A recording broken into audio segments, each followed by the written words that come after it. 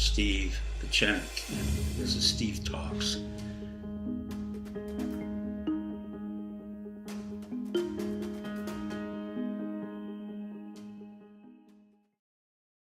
Hi, I'm Dr. Pachenik. Today I'd like to talk about Turkey.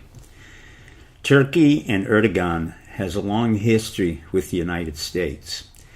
A few days ago, Trump had ordered sanctions against Turkey because Erdogan refuses to release one of our ministers, a man by the name of Brunson, whom he's held for well over a year and a half.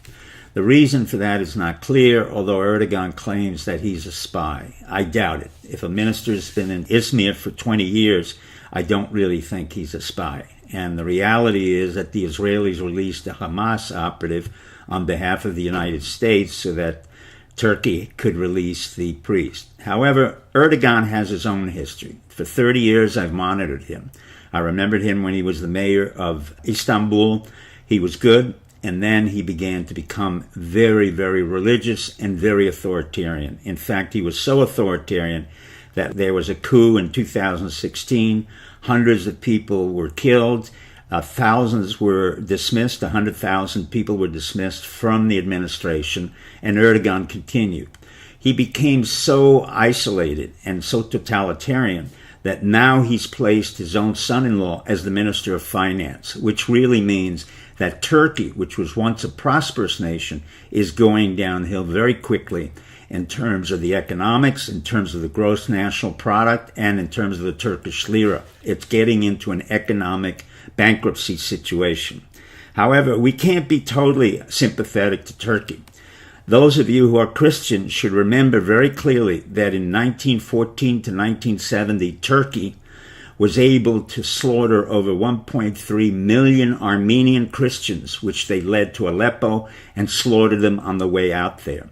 If you do not know anything about this Turkish genocide, or we call the Holocaust of the Armenians, you should see the movie The Promise, which is absolutely right on nose and exactly demonstrates how brutal the Turks were.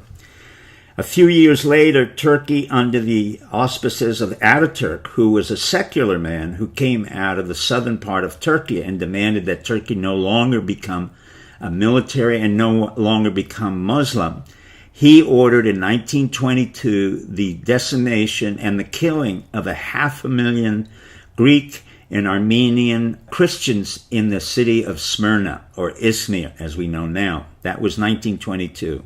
So throughout the history of Turkey for the past decades, Turkey's never admitted to its past. Turkey has never apologized to the Armenians. Turkey has never apologized to the Christians. And although Turkey wanted to enter the EU, it really didn't do anything to ameliorate its political suppression of the people who are against Erdogan. Erdogan has become a totalitarian leader. He is a dictator. In my opinion, something has to happen. That which should happen is something that we would call a military coup. And the reason for that is that the military within Turkey has always been powerful. It's probably the 8th largest military in the world. It's behind China, Russia, the United States, and India. It is formidable. And in reality, it appears that Erdogan has co-opted the military and put those who were in the 2016 coup in prison, along with hundreds and hundreds of journalists who've criticized Erdogan. It's now time for Erdogan and his nepotism to leave Turkey. How that happens and who will do that will be up to the Turks. I, as an observer and someone who's lived in Turkey, in and out, in Bodrum for over 30 to 40 years, can only counsel the following. Those who commit those crimes must pay the penalty of those crimes. In the words of William Saroyan, the famous American-Armenian writer, he said, "Although the Turks killed millions of our people, Armenians, we will always retain our culture and we will always remember the past." In those words, I bid you good night and good luck. Hi, this is Dr. Steve Pachenik, and this is Steve Talks.